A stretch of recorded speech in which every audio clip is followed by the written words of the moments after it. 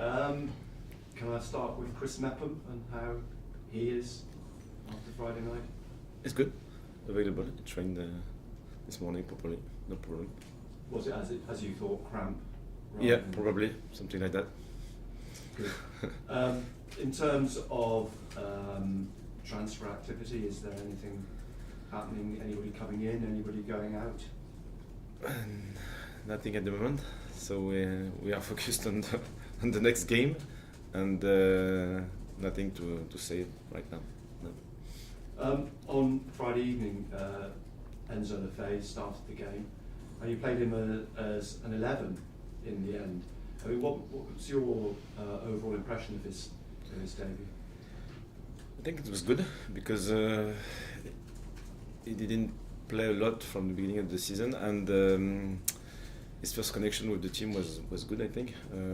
So probably it's not his best position, but because he's very versatile and is connected with the game model, he knows how to defend, how to attack. And for first game, I think the output was good. In terms of, as you say, versatility, he's clearly got that then, because you'd said before about 10, 8, 6, yeah. Obviously can play wide as well. So that's quite an asset now going into these last games of the season. Yeah, it's still important to have these players because we have to manage different situations. And when you have this kind of player, it's still good for the coach because we can, according to the opponent, according to the players available, we can choose with 2 or 3 players who can match different positions. Yeah. Does it make it easier for you in terms of making those decisions in the game, as you did on Friday, that you can change your formation for the last 15-20 minutes? Yes, we know that we can play with 2 strikers, and I think for that game especially, it changed the dynamic, and we started in 4-4-2 out of possession, 4-3-3 in possession.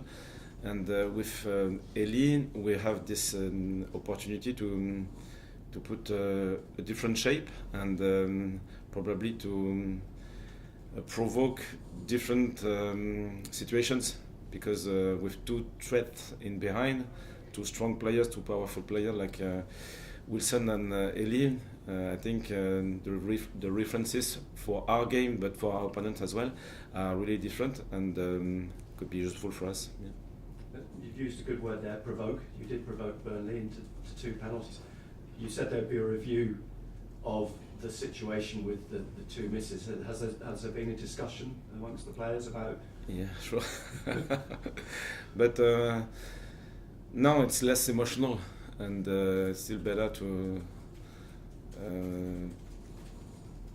avoid strong discussion just after, because obviously we were disappointed after the game because we created 5 big chances and we didn't score, 2 penalties missed. So at the end we were frustrated, and it's not the best moment to analyze, to assess the situation. But after, I think it was possible, and we did yesterday with Wilson. I think players had many discussions, and it's part of the process. It's part of the learning process, and I'm sure that we will learn from this experience, even if it was bad and difficult. There was some passion in the penalty area for the second penalty. There's a school of thought that Wilson, having missed one, needed to take the second one to get his confidence back, and of course the other side of the coin is that he shouldn't have taken the second one because of missing the first.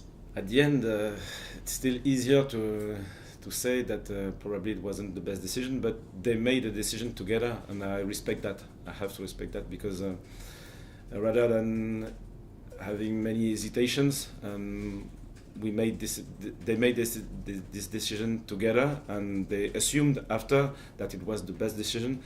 It wasn't the best choice for the shot, for sure, but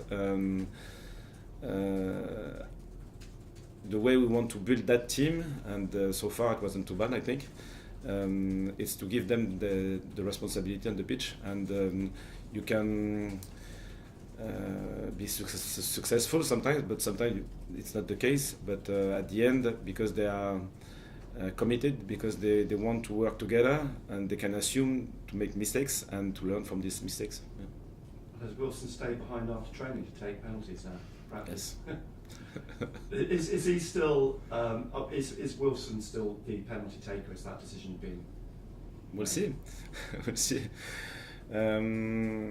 Probably it's really a question of a choice, because I think Trafford was really good and expected that shot especially, and Wilson probably was used to shoot like that, and now he has probably to open and to find different location for his shots, and yeah, it will be a useful experience for the future, sure. But at the end of the day, let's not lose sight of the fact you kept a clean sheet. You went to Burnley, who are one of the top three, and didn't lose the game. So I think you'd have taken that beforehand. Yeah, sure. And we were, I think, tactically we were consistent, and it wasn't an easy game. And we solved gradually the different issues we had in the game. We expected many of them, but it's still different to analyze and expect some problems and to solve on the pitch. It's really different, and probably took 20 minutes to press in a better way and to avoid these long passes in behind our defense. After that, it was really clear, and we created chances, and I think we were better than them in that game. So at the end, I think it's a good experience for us, and we are still a consistent team with different scenarios, different experiences, different opponents, and at the end we can keep that level. I mean, in terms of resolving those issues at Burnley, because as you say, the first 20 minutes they exploited the wings, certainly Jaden Anthony did. Does that resolution come from you, or is it coming from the players on the pitch? From them. We expected this way of playing, and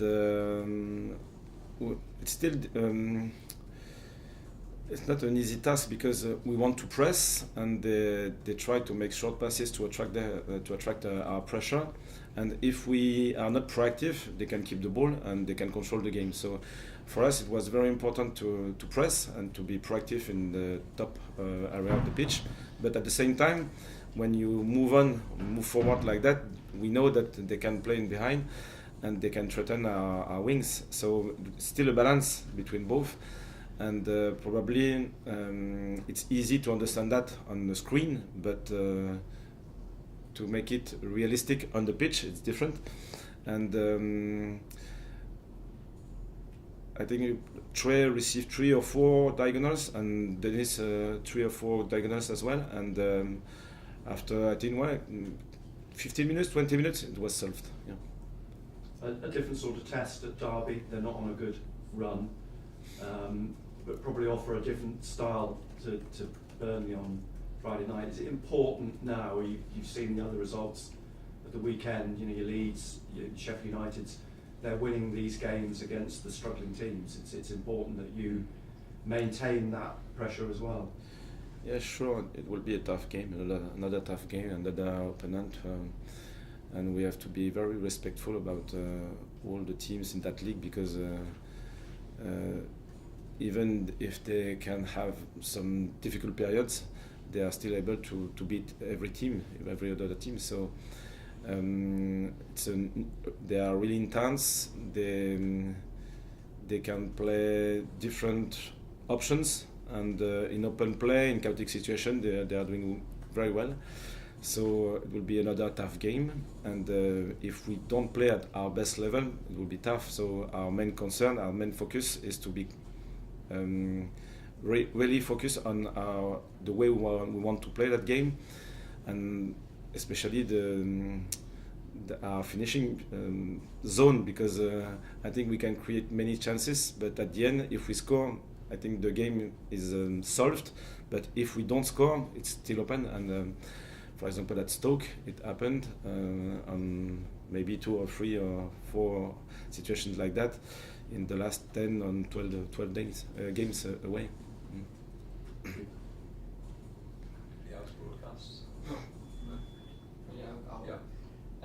Régis, how do you, as head coach, take the situation you had in the last 10 minutes of that game, of course, the 2 penalty misses? How do you use that as motivation if it is your job to change that? I'm not sure that we have to motivate the player because they are in a good place. They want to win every game, and the mindset of the team was very balanced at the end because we felt that we were very competitive in that game. Burnley is a tough place. They were third in the league, and during the whole game we progressively dominated that opponent, so we were proud of it, and so for the confidence I think it's good. And on the opposite side we were a little bit frustrated because we had many chances to win the game, so the mindset was balanced, and the league is very long, so it was, I think at the end it's more, we were more confident than disappointed. Yeah. So is that actually more of an encouragement to you, just how well you finished that game despite not scoring any of those penalties against the side who's right at the top of the table? Yeah, exactly. And it shows that we are consistent, that we have good qualities, and we are not in the 3, 4, 5 first game of the league now. It was the 38th, I think, 28. So it's clear that the teams are now able to analyze every opponents, and the stability of the performance is now really clear. The main question now is to finish the game, because when we can be dominant like that away especially, we have to kill the game when possible. And of course you've got a game so quickly after it. Is that what you like about the championship, or do you like it, the fact that when something like that happens you can move on from it so quickly and right things? Yeah, it's a good opportunity, but the problem we could have is it's difficult to work between games, because it's difficult to we can analyze the game, but we don't have time on the pitch to develop different areas of our game. So it's quick, but at the same time I think the players like that. This comes up, please, guys. Phil.